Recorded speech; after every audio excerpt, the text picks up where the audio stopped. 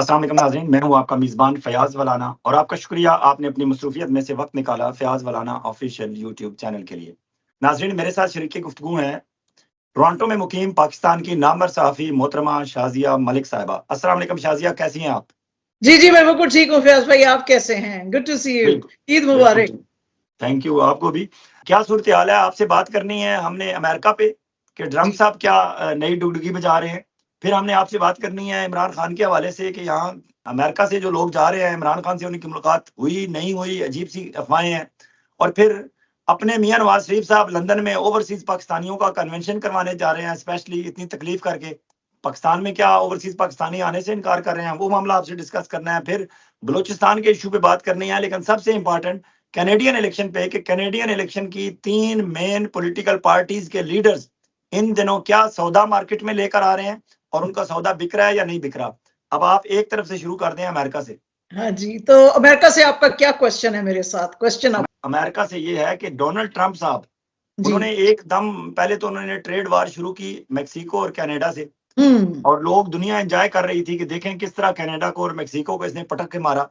फिर उसके बाद उन डोनाल्ड ट्रंप साहब को शायद ये पसंद आ गया तरीका, उन्होंने पूरी दुनिया से ही टैरिफ वार शुरू कर दी। अब जो हुँ, टैरिफ वार है उसके नतीजे में अमेरिका को जो जिस तरह स्टॉक में उन्हें ट्रिलियंस ऑफ डॉलर्स का नुकसान हुआ अमेरिकन इन्वेस्टर्स को। और अब आप क्या समझती हैं कि यहाँ से डोनाल्ड ट्रंप साहब इस मामले को इस वार से कुछ पॉजिटिव अमेरिका के लिए जो फर्स्ट अमेरिका का तकरीरें करते थे, क्या वो अमेरिका के लिए कुछ अचीव कर सकेंगे या ये बहुत बड़ा डिजास्टर होगा जो उन्होंने टैरिफ वार शुरू किया? जी, बिल्कुल thank you very much for this question Fayaz भाई, बहुत ही अच्छा क्वेश्चन है और अब आप देखिए कि थोड़ा-सा सुर चेंज होना शुरू हो गया। आपको मालूम ही है कि इनके पास कौन सबसे ज़्यादा करीब थे इनके, एलन मस्क साहब था। तो अगर आपने उनका आज का बयान देखा होगा, तो वो एलन मस्क साहब बोल रहे हैं कि मैं तो चाहता हूँ कि यूएस और जो यूरोपियन यूनियन है, उसके बीच में तो ज़ीरो टैरिफ होना चाहिए। अच्छा, ये एक बयान है। दूसरा बयान जब ये आए थे तो उन्होंने कहा था जी हम तो कुछ ज्यादा दोस्तियां बना के नहीं रखना चाहते हैं नेटो के साथ और यूरोपियन यूनियन के साथ।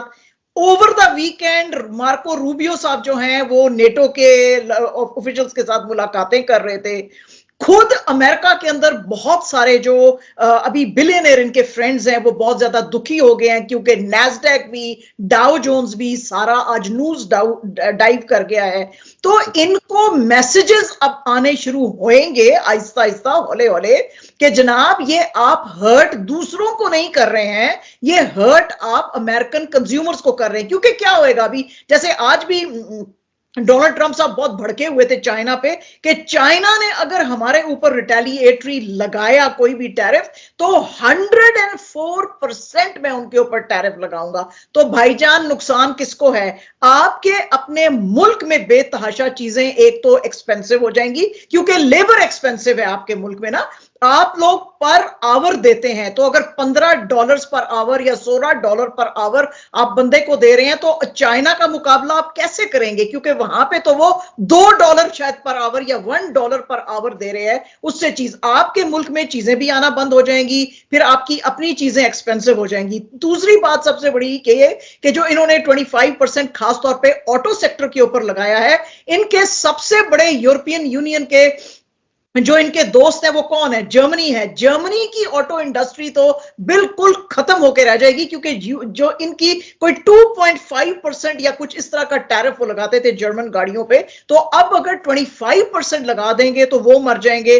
फिर मैक्रो साहब, और अगर आपने देखा होगा कि जो कॉर स्टार्मर है यूके के प्राइम मिनिस्टर, वो बहुत ज्यादा ब्रसल्स में बैठ बैठ के अभी यूरोपियन यूनियन और नेटो के साथ बातें कर रहे थे कि हम सबको एक स्ट्रैटेजी बनाने की जरूरत है। इसके अलावा आप देखिए कि यूरोपियन यूनियन की जो कमिश्नर हैं उर्सुला वॉन डर लेयन, वो भी इनको कह रही हैं कि हमको अब अमेरिका से बियॉन्ड सोचना है।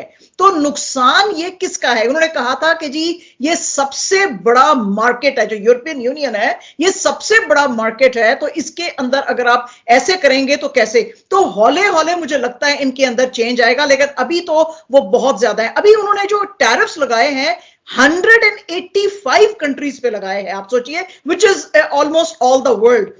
बिल्कुल। और आप मुझे समझ नहीं आ रही कि उनका मैथ्स का गुरु कौन है कि उसने इतना गंदा मैथ्स किया है जिस तरह से उन्होंने टैरिफ। अच्छा, मैथ्स उन्होंने कैसे किया है? उन्होंने मैथ्स ऐसे किया है कि जो अमेरिका का डेफिसिट है किसी कंट्री के साथ डिवाइडेड बाय जो इंपोर्ट्स है उसका। तो जैसे मैं आपको एक एग्जांपल देती हूं, जैसे कि चाइना का एग्जांपल हम आपको दे सकते हैं कि इन्होंने कैसे कैलकुलेट किया। अभी चाइना के साथ इनका जो ट्रेड डेफिसिट है दैट इज $295.4 बिलियन। इसको इन्होंने जो वो इंपोर्ट्स है उसके साथ इन्होंने वो कर दिया है 438.9 बिलियन डॉलर्स के साथ। तो वो आ जाता है, बन जाता है 67.3%। तो ये क्या बोल रहे हैं? ये बोल रहे हैं कि चाइना हमारे पे 67.3% जो है टैरिफ लगाता है, which is not the truth. तो इनका मैथ्स जो है ना वो बहुत ही ऑफ बैलेंस है। तो उसकी वजह से जो है इनके जो बिलियनियर्स जैसे जैसे हर्ट होने शुरू होंगे, जैसे कि आपने सुना होगा कि यहां पे ओंटारियो के अंदर स्टेलेंटिस ने अपना जो है वो प्लांट शट डाउन कर दिया है। अब स्टेलेंटिस तो आपको पता है ना 3-4 कंपनियों का मर्जर है, वो सारी अमेरिकन कंपनीज का। तो वो उन्होंने कर दिया है। अमेरिका के साइड पे उन्होंने 900 बंदे ले ऑफ कर दिए हैं और इधर कनाडा की तरफ से तकरीबन 4500। तो ठीक है, हमारी छोटी इकोनॉमी है, हमारा जीडीपी कोई 1.2 ट्रिलियन के पास है, आपका कोई 25-26 ट्रिलियन के पास है, लेकिन आपके भी जो बिजनेसमैन है उन पे आज आपको पता है कि ओंटारियो के प्रीमियर ने क्या बोला है, बल्कि वीकेंड पे ही उन्होंने बोला था ऑल द बोरबॉन ऑफ एलसीबीओ। तो इनका तो शराब का सबसे बड़ा बिजनेस है। तो वो जो शराब के कारोबार में अमेरिका के जो बिलियनियर्स हैं उनकी जिस वक्त शराब सारी की सारी यहां से हटा दी जाएगी, वो बहुत ज्यादा जो है हर्ट होंगे। फिर जो इनके ऑटो सेक्टर में आपको पता है ना कि छोटी छोटी चीजें जो हैं वो बनती हैं और वो कई दफा स्पेसिफिकेशंस को चेक करने के लिए वो बॉर्डर के अक्रॉस जाती थी कि भाई ये आपकी चीज ठीक है, ये चीज ठीक नहीं है। उसकी वजह से इनकी गाड़ियां बहुत ज्यादा एक्सपेंसिव हो जाएंगी, उसकी कॉस्ट बहुत बढ़ जाएगी, ग्रोसरीज के कॉस्ट बहुत ज्यादा ऊपर चले जाएंगे। कनाडा को तो जो नुकसान है वो तो होएगा ही। यानी कि मैं एक सिंपल आपको एक एग्जांपल देती हूं कि कनाडा में आपको पता ही है कि जरा सीजन जो होता है वो राइप होने का सब्जियों का वो थोड़ा छोटा होता है। जैसे हमारे टमाटर होते थे तो उसको एक बहुत लंबा समर या नहीं मिलता था, तो वो सारे का सारा उतार के इनको भेजते थे, वो वहां पे राइप होता था और फिर वो वापस। इसी तरह दूसरे फ्रूट्स हैं, चीजें हैं, जैसे ये लोग बहुत ज्यादा एवोकाडो मंगवाते थे मेक्सिको से, तो मेक्सिको से अगर वो इतना ज्यादा टैरिफ लगा देंगे तो वो नहीं कर, तो यानी कि ये हर्ट जो है, क्योंकि देखे ना ये जो पहले तो आपको पता है कि जो हमारा जो ट्रेड का जो एग्रीमेंट था वो नेफ्टा था, फिर इन्होंने ही आके 2018 में पूरे का पूरा नेगोशिएट किया था कनाडा और उसके साथ मेक्सिको के साथ, जो उसको कुज़मा बनाया था फिर उसको। तो ये आपके जो कुज़मा के स्पेसिफिकेशंस हैं सर, वो तो आपकी मर्जी के मुताबिक ही है। तो ठीक है, बाकी दुनिया पे आप जरूर लगा रहे हो, लेकिन इनके साथ तो इतने ज्यादा इंटरलिंकेज है कि वो। अच्छा, इंडिया ने उसमें बड़ी समझदारी की है। इंडिया में क्योंकि वो जो उन्होंने पूरा जो बयान अपना वो लाए हैं ना टैरिफ्स का, उसके अंदर एक क्लॉज ये है कि अगर कोई रिटेलिएशन नहीं दिखाएगा तो हम उससे बात करेंगे फिर, ठीक है। तो इंडिया ने एग्जैक्टली यही बात किया है कि उन्होंने कहा जी कि हम रिटेलिएटरी टैरिफ्स जो है नहीं लगाएंगे अमेरिका पे, बल्कि हम उनके ऊपर टैरिफ्स को थोड़ा सा कम करेंगे। तो वो सही चल रहे हैं। मुझे लगता है कि यूरोप को भी थोड़ा सा ऐसा टो करना चाहिए, लेकिन हमारे यहाँ पे कनाडा और मेक्सिको में भी और यूरोप में वो कह रहे हैं नहीं, हमको तो लगाना ही है रिटेलिएटरी टैरिफ आप पे। ऐसे है। आपने इंडिया की बात की तो हमें शायद पड़ोस वाले हम ज्यादा मुतासर होते हैं इंडिया से, तो हमारी पाकिस्तान की गवर्नमेंट ने भी कहा है कि हम अमेरिका से बातचीत करेंगे, रिटेलिएटरी हम रद्द-ए-अमल जाहिर नहीं करेंगे, हम बातचीत करेंगे। अब पाकिस्तान की गवर्नमेंट जब बातचीत करने के लिए ट्रंप एडमिनिस्ट्रेशन के पास आएगी तो वहां तो पाकिस्तान डेमोक्रेटिक एक्ट वाली फाइल भी उसी टेबल पर पड़ी होगी। वो कहेंगे कि आपके यहाँ तो ना इंसानी हकूक का एहतराम किया जाता है, आपके यहाँ ना जमहूरी आज़ादियाँ हैं, ना आपके यहाँ फ्रीडम ऑफ एक्सप्रेशन है, आप तो वैसे ही अमेरिका के म्यार पर पूरे नहीं उतरते बहैसियत नेशन, आप हमसे रायत मांगने आ गए हैं इम्पोर्ट एक्सपोर्ट के मामलात में। आपका ट्रेड गैप इतना बड़ा नहीं है कि वो हम आपकी फेवर में कर भी दें, हमारी सेहत पे तो कोई अमेरिका की सेहत पे असर नहीं पड़ेगा, आपको कितना सा फायदा हो जाना है। लेकिन पहले आप ये चीजें तो ठीक करें जो विल्सन पूछ रहा है पाकिस्तान डेमोक्रेटिक एक्ट में, आप बुनियादी तौर पर बहैसियत कौम एक जमहूरी रवायात और अकदार का तो पास करें। उस सिलसिले में आप क्या कहती हैं कि how it is going to impact Pakistan जबकि इमरान खान जेल में है और यहाँ से Jack Bergman, Tom Suozzi, Brad Sherman और एक और वो ग्रेग साजार, 4 लोगों के नाम तो सामने आ गए हैं जो पाकिस्तान जा रहे हैं और वो कह रहे हैं हम अडयाला जाके इमरान खान से मिलने की कोशिश करेंगे। अगर उन्हें मिलने देंगे तो इमरान खान ने तो कुछ छुपाना नहीं है, सब कुछ इनके सामने रख देना है। अगर नहीं मिलने देंगे तो उसका भी बैड इम्पैक्ट होगा। तो where do we stand, Pakistan कहाँ स्टैंड करता है ट्रंप एडमिनिस्ट्रेशन के सामने? जी, ये बहुत ही इंटरेस्टिंग और बहुत ही इंपॉर्टेंट क्वेश्चन है और ये बहुत ज्यादा क्रिटिकल भी है। ये जो आपने क्वेश्चन किया ना फयाज भाई, it is not really a straight forward question, it's a very very complex question जो आपने किया है।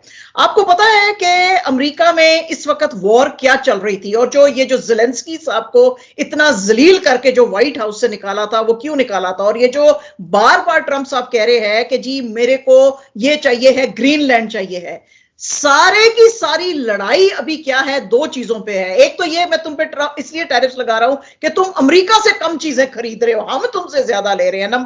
Number 2, they need critical minerals. अभी पाकिस्तान में एक इंतहाई खतरनाक इन्होंने एक्ट जो है वहां पे पास किया है, जो मिनरल्स एक्ट है, जिसके के अंदर इन्होंने बोला है जी हमने तो सब लोगों से बात किया है और मैंने कुछ अपने सोर्सेज से कुछ किया। आपको पता ही कि हम दोनों ने जर्नलिज्म पाकिस्तान में की है और हमारे जो कॉरेस्पॉन्डेंट्स थे वो तो सारी जगह थे। पिशावर में मैंने बात की है एक लड़के से, आजाद जम्मू एंड कश्मीर में मैंने एक लड़के से बात की है और भी कुछ 1-2 लड़कों से मैंने इस्लामाबाद में भी बात की है। वो कहते हैं जी हमें तो पता नहीं है कि इन्होंने किन से बात की है, ये जो क्रिटिकल मिनरल्स की एक्सप्लोरेशन है पाकिस्तान गवर्नमेंट ने, जिसपे कि वो बोल रहे हैं कि जी हमारा सारा कंसेंसस है। आपको पता है कि आज मार्को रूबियो ने बहुत अरसे के बाद जो है इनको डार साहब को फोन किया है। अमेरिका जो है इस वक्त देख रहा है कि अच्छा यूक्रेन अगर हमको क्रिटिकल मिनरल्स नहीं देगा तो हम ये सारे क्रिटिकल मिनरल्स पाकिस्तान से उसका आर्म थोड़ा सा ट्विस्ट करके हम ले लेंगे। और ये जो आप लिस्ट की बात कर रहे हैं कि उन्होंने लिस्ट एक दिया है अभी तक तो इनको पाकिस्तान गवर्नमेंट को, और उनको बोला है कि जी हमको इमरान खान से बात करना है, तो उन्होंने अभी उसका मंजूरी नहीं दिया है। अभी क्या हो गया है कि पाकिस्तान और ये थोड़ा एक लेवल के ऊपर आ गया है। वो बोलेंगे कि आपको क्रिटिकल मिनरल्स चाहिए ना हमसे, तो फिर आप हमारे जर्नैल साहब के साथ, सिपा सलार के साथ बैठ के बात करो। वैसे भी इन सब लोगों में से जो टॉम स्वेजी है ना, उनका थोड़ा टिल्ट मिलिटरी की तरफ है, बाकी तो बहुत ही एंटी मिलिटरी है, लेकिन उनका थोड़ा सा प्यार है। तो वो बैठ के उनके साथ बात करेंगे कि भाईजान आओ कुछ ले दे करते हैं। दूसरी सबसे बड़ी जो चालाकी की है अभी इन्होंने पाकिस्तान गवर्नमेंट के जो सिपा सलार साहब की जो है कि इन्होंने बहुत ज्यादा टेररिज्म करके ना तो अपना थोड़ी तरफ जो है अमेरिका का ध्यान, इसीलिए आज जो मार्को रूबियो का भी फोन आया है, एक तो उनको क्रिटिकल मिनरल्स का लालच है, दूसरा वो इनके साथ उन्होंने बोला कि हाँ बिल्कुल हम टेररिज्म में तुम्हारे साथ थोड़ा करेंगे। तो मुझे लगता है कि ये थोड़ा मुश्किल होएगा। और आज फिर जो बहुत ज्यादा लोग इसमें रूमर्स भी आ रहे थे कि ये सारे लोग जो आ रहे हैं इसलिए आ रहे हैं कि क्योंकि ये सारा लॉबिंग करने के लिए आ रहे हैं पीटीआई का, तो उसके ऊपर फिर आज बयान भी बल्कि देना पड़ा है उनको। जो गौहर अली खान है उनको उन्होंने कहा जी we have got nothing to do, which actually is the case, क्योंकि ये जो डेमोक्रेसी एक्ट भी आया था उसमें भी उन्होंने कहा ओ पीटीआई ने इनको डिक्टेट किया है। भाई वो जो विल्सन वगैरह जो है वो लोग खुद इतनी टावरिंग पर्सनैलिटी है, मेंबर्स ऑफ कांग्रेस है, ये खुद उन लोगों ने डेवलप किया है। हाँ अपने कॉन्स्टिट्यूएंट से लोग जरूर बात करते हैं और उनका पॉइंट ऑफ व्यू जरूर वो हाईलाइट करते हैं, जैसे कि कनाडा में भी लोगों ने किया है, उनके कॉन्स्टिट्यूएंट्स ने बात किया। तो अभी ये क्रिटिकल हो गई है चीज। अमेरिका को आपको पता है ना अपने मतलब का वो बहुत बड़ा वो है। जब अफगान वॉर लड़ना था तो पाकिस्तान को कितना यूज किया, उसके बाद ओ तुमने हमारा बड़ा फायदा उठाया है ना। तो भाईजान आप मुझे बताएं कि दुनिया के किस हिस्से में आप जब जाते हैं, लोगों की आप सर्विसेज लेते हैं और मुफ्त में वो आप हिल्टन होटल में जा रहे हैं और आप कह रहे हैं जी तो मैं तो बहुत बड़ा दुनिया का 30 मार खान हूं, मुझे सारा कुछ फ्री चाहिए। जमीन पाकिस्तान का यूज किया आपने, पाकिस्तान का मिलिटरी यूज किया, पाकिस्तान की हवा आपने यूज की, आपने एयर स्पेस यूज किया, तो उस सर्विसेज के पैसे तो आपको देना ही देना है भाईजान। लेकिन उसके लिए आप देखो कितना बैशिंग मिला पाकिस्तान को। तो अभी जो प्यार थोड़ा सा वो दिखा रहे हैं, जो सेक्रेटरी ऑफ स्टेट साहब भी फोन कर रहे हैं और ये लोग भी कह रहे हैं हमारे हैं बड़ा हाई लेवल ये वो लेके, तो ये इस चीज के लिए क्रिटिकल मिनरल्स ये चक्कर में ये आ रहे हैं। तो हो सकता है कि अगर मिलिट्री थोड़ा सा इनका आर्म ट्विस्ट करे और वो बोले कि नहीं नहीं तुम्हारा सारा डील मेरे साथ होना चाहिए, क्योंकि टॉम स्वेजी ने कहा भी कि हम बहुत पसंद करते हैं पाकिस्तान को और हम इन्वेस्टमेंट करना चाहते हैं, लेकिन आपका तो गवर्नमेंट चेंज ही होता रहता है, तो एक कांस्टेंट चीज रहती है विच इज योर मिलिट्री। तो इसलिए जब कोई इन्वेस्टर आता है तो वो कहता है जी किसी पॉलिटिकल पार्टी से बात नहीं करो, सिपा सालार साहब से बात करो, क्योंकि जो इन्वेस्टर है ना, जो पैसे लेके आता है, उसको स्टेबिलिटी चाहिए है। तो मुझे लगता है कि ये थोड़ा सा मैनिपुलेट उनको करेंगे अमेरिकन को, लेकिन फिर भी हो सकता है कि क्योंकि ब्रैड वो आ रहे हैं, शर्मन आ रहे हैं, तो वो शायद जो है वो थोड़ा जोर देंगे इनको कि नहीं हमको बात करना ही है उनसे, इमरान खान से हमारी बात कराओ। तो देखेंगे भी क्या होता है जी। हमने कैनेडियन इलेक्शन पे भी बात करनी है, लेकिन मैं मुख्तसरन जवाब आपसे चाहूंगा कि ये सारा कुछ ठीक है कि एक पेज पे अगर अमेरिका का CIA और पाकिस्तान की ISI और पाकिस्तान का GHQ और पेंटागन सारे एक पेज पे आ जाएं और ये यहाँ से जाने वाले अमेरिकन कांग्रेसमैन के और सेनेटर्स के वफ्द को भी चक्कर दे दें, मार्क रूबियो और इसहाक डार का भी गुडी गुडी टॉक हो जाए, एक दफा नहीं 10 दफा हो जाए, सारा कुछ ठीक है।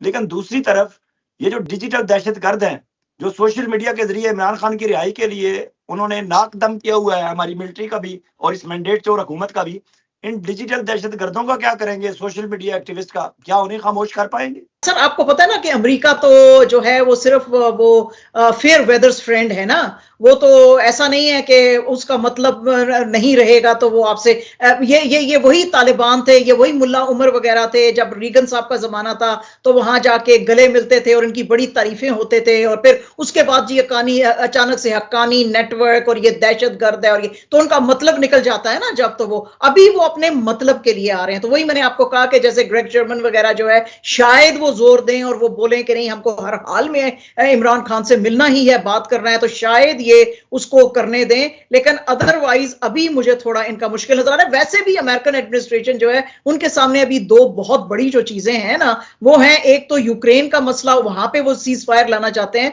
और एक मिडिल ईस्ट में लाना चाहते हैं। ये वही बात है फयाज भाई, जिस वक्त आप यहाँ पे इमरजेंसी में जाते हैं ना, एक आदमी का सर फटा हुआ है वो बैठा है और एक को हार्ट अटैक है, तो वो कहते हैं कि जी अभी आपका सर फटा है, ये इमरजेंसी नहीं है, जिसको हार्ट अटैक आ गया वो इमरजेंसी है। तो अभी इनके लिए जो दो इमरजेंसीज हैं वो ये है, एक तो यूक्रेन है और एक मिडिल ईस्ट है, वहां पे वो करेंगे। आई होप, और मैं बहुत ज्यादा चाहती हूं, क्योंकि ये सारे लोग जो हैं सवाए एक टॉम के सारे बहुत एंटी एस्टैब्लिशमेंट है, और ये बिल्कुल ट्रंप के साथ खड़े हुए हैं कि तुम FBI भी और CIA भी और ये सारा नेशनल इंटेलिजेंस के जो आपके नेटवर्क्स हैं उन सबको डिसबैंड करो। तो मुझे लगता है कि शायद वो जोर देंगे इनको कि आप हमारी बात करने दो, मुलाकात एटलीस्ट मुलाकात तो इमरान खान से करने दो, और मुझे बड़ी खुशी होगी अगर ये इमरान खान से मुलाकात कर सके, क्योंकि बिकॉज वो उससे डायरेक्टली एक तो सुनेंगे और फिर देखेंगे कि वो किस हाल में वहां पे रह रहा है, तो शायद ये अपना प्रेशर उसके ऊपर बनाएंगे। चलें वापस आते हैं कनाडा की तरफ। कनाडा में इस वक्त नेक टू नेक जा रही हैं मेन पॉलिटिकल पार्टीज। ज्यादा नुकसान तो NDP का हो रहा है, लेकिन कंजर्वेटिव और लिबरल वो तकरीबन मुकाबले में है। क्या बना वो जो एक्स दी टैक्स एक नारा लेकर निकले थे मैदान में, वो भी लगता है नारा भी फारिग हो गया, शेर अफजल मरवत हो गया, और मार्क कॉर्नी जो है अब तक के लेटेस्ट सर्वेस जो आ रहे हैं उसके मुताबिक लीड कर रहे हैं। आप हम कैंडिडेट्स जो पाकिस्तानी निजात कैंडिडेट हैं उस पर बात हम आइंदा किसी प्रोग्राम में कर लेंगे। मुझे पता है आपने बहुत रिसर्च की हुई है और मैंने भी काफी काम किया हुआ है उस पर। अपने कैनेडियन निजात के लिए हमारे व्यूअर्स को दोबारा हमसे जुड़ना पड़ेगा। आज सिर्फ बात करते हैं मेन लीडरशिप पे कि मार्क कॉर्नी की क्या पोजीशन है, पियर पॉलिवर कहाँ है और जगमीत सिंह कहाँ है। हाँ जी, अब तो जैसे फयाज भाई थर्ड वीक में ये सारी अब रेस शुरू हो गई है, तो मार्क कार्नी साहब के लिए तो थोड़ा प्रॉब्लम था कि वो अपनी ट्रेल छोड़ते थे और फिर मिनिस्टर्स के साथ टॉक्स करने पड़ते थे उनको, और फिर जो है अपने प्रीमियर्स के साथ और अपनी कैबिनेट के साथ, तो वो बीच बीच में से वो थोड़ा ऐसे कर रहे थे। लेकिन अभी लास्ट वीक तक जो मार्क कार्नी का जो डिफरेंस चल रहा था कंजर्वेटिव पार्टी से, वो 20 जो पॉइंट्स थे अहेड से चल रहे थे। एज फार एज जो NDP है वो तो बहुत ही डिस्टेंट थर्ड थी, लेकिन आज का जो अभी जैसे आया है नैनोस का रिसर्च जो आया है उसमें यह देखा गया है कि ये लीड कुछ कम होते जा रही है। अब उसकी वजह क्या है, या तो ये इलेक्शन ट्रेल से बार बार चले जाते हैं मार्क कार्नी, तो इसलिए पूरी तरह से इनका कनेक्शन नहीं बन रहा है। बहरहाल फिर भी अभी वो लीड बनाए हुए हैं, लेकिन अब ये लीड थोड़ा कम होता जा रहा है कि यानी कि पहले जैसे 54% और जो था वो इनका 34% पे आ गया था। तो अब ये थोड़ा सा कम हो गए, अब ये सिर्फ 4 जो पॉइंट्स है वो अहेड रह गए हैं मार्क कार्नी साहब। जो इनका है एनडीपी के जो जगमीत सिंह साहब हैं, उनके पास तो पहले 9% था सपोर्ट लास्ट वीक, अभी 5% आ गया है। और ब्लॉक क्यूबेकवा जो है उसके पास भी ऐसे ही कुछ 5% है। और फिर जो ग्रीन्स पार्टी है उसके पास कोई 2-3% है। And that's how Canada People's Party जो है उसके पास भी कोई 1 या 2% है। तो मेन तो 3 जो लड़ाई जिन दिन के बीच में होएगी, इनफैक्ट 2 ही लोग जो हैं उनके बीच में लड़ाई होगी, लिबरल्स और कंजर्वेटिव्स के बीच में। जगमीत सिंह साहब का कुछ इतना नैरेटिव बन नहीं रहा है। अब इन्होंने आज प्रोमिसेस क्या अब तक किए हैं, जो अब तक के प्रोमिसेस हैं उनके ऊपर, जैसे कि आपने कहा कि जी आज तक तो ये लिबरल्स को ब्लैकमेल करते थे पीए पॉलिएव साहब कि जी एक्स द टैक्स, तो उसने तो जी आते सारी पहला काम मार्क कार्नी ने किया, उसने कहा जी ये कार्बन टैक्स तो फौरन काटो। अभी इलेक्शन अनाउंस भी नहीं हुआ था तो उसने, तो उसका तो वो सारा नैरेटिव वही जो आपने कहा कि वो शेर अफजल मरवत बन गया जी, वो तो सारा खत्म हो गया उसका। अब उसने सोचा है कि अभी मुझे क्या करना है, अभी वो थोड़ा जो है वो करने की कोशिश कर रहे हैं कुछ ज्यू जो लॉबी है उसको। एक प्रेस कॉन्फ्रेंस थी जिसमें कि मैं बैठी भी थी, मैंने लास्ट टाइम भी आपको बताया था, तो उन्होंने कहा जी कि हाँ बिल्कुल हम डिफंड कर देंगे ये इसको यूएनआरडब्ल्यूए को। तो वो उसी लाइन को टो कर रहे हैं कि ये जितनी वेस्टफुल ये जो है स्पेंडिंग इसको हम कम करेंगे, हम जो है आपको जीएसटी देंगे, आपके जो है वो उसके ऊपर वो ब्रेक्स देंगे, और आपके जो नए घर हैं वो हम बहुत सारे बना लेंगे और हम ये कर। अच्छा, अब मार्क कार्नी बिल्कुल इनके पैरेलल चल रहे हैं, है ना। एक तो वो पहले ही इनकम्बेंट है लिबरल पार्टी जो है, तो वो ये अगर कह रहे हैं या एनडीपी कह रहा है जी कि 2030 तक हम 3 बिलियन लगा के और 3 लाख घर बनाएंगे,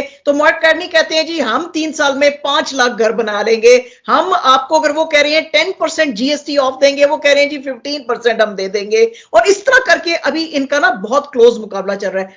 आज के जो नैनो के जो रिसर्च आए हैं उसमें पिछले जो 2 वीक्स थे उसमें तो लोगों का कंसर्न था टैरिफ्स आ गए तो क्या होएगा।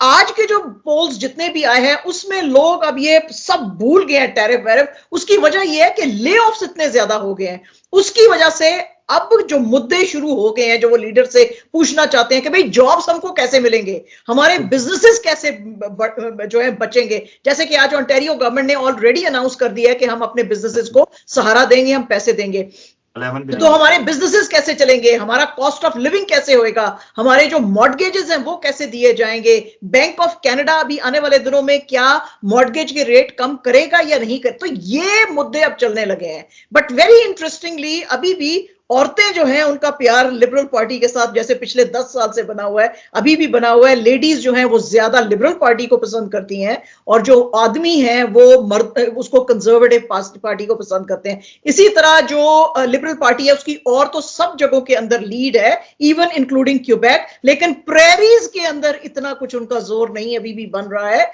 और कंजर्वेटिव पार्टी प्रेरीज में बहुत आगे चल रही है, लेकिन ओंटारियो में भी वो कुछ सीटें जीतना चाहती है। अगर हम स्पेसिफिकली ब्रैम्पटन और मिसिसागा की बात करें तो उसमें जो हमारे ये सारे जो हैं कैंडिडेट्स जो हैं, जैसे कि सोनिया सिद्धू हैं, रूबी सहोता हैं, कमल खेरा हैं, मनिंदर सिद्धू हैं, और जो अब नई राइटिंग बनाई है इन्होंने ब्रैम्पटन चिंगूजी पार्टी, जिसमें से जिसको कि अब शिफ्ट कर दिया है ब्रैम्पटन सेंटर से जो शफकत अली हैं उनको वहां पे, तो शफकत अली वहां पे हैं। और ये जो ब्रैम्पटन सेंटर है इसमें एक छोटी सी बिल्कुल 23 साल की बच्ची जो है अमनदीप सोडी वो आ गई है। तो मुझे लगता है कि ब्रैम्पटन में तो शायद लिबरल पार्टी जीतेगी, क्योंकि लिबरल पार्टी के ये जो सारे जो लोग हैं इन्होंने काम भी किया हुआ है और कंजर्वेटिव्स को कुछ इस इलाके में इतना पसंद नहीं करते हैं। तो अगर कोई जीतेंगे तो ये बहुत ही बड़ा अपसेट होगा। और फिर 905 का एरिया जो है वहां पे लिबरल्स जो है वो काफी स्ट्रांग है और वो भी बड़ा मैटर करेगा। इसी तरह जो मिसिसागा के अंदर कुछ कॉन्स्टिट्यूएंसीज हैं, टोरंटो के अंदर जो है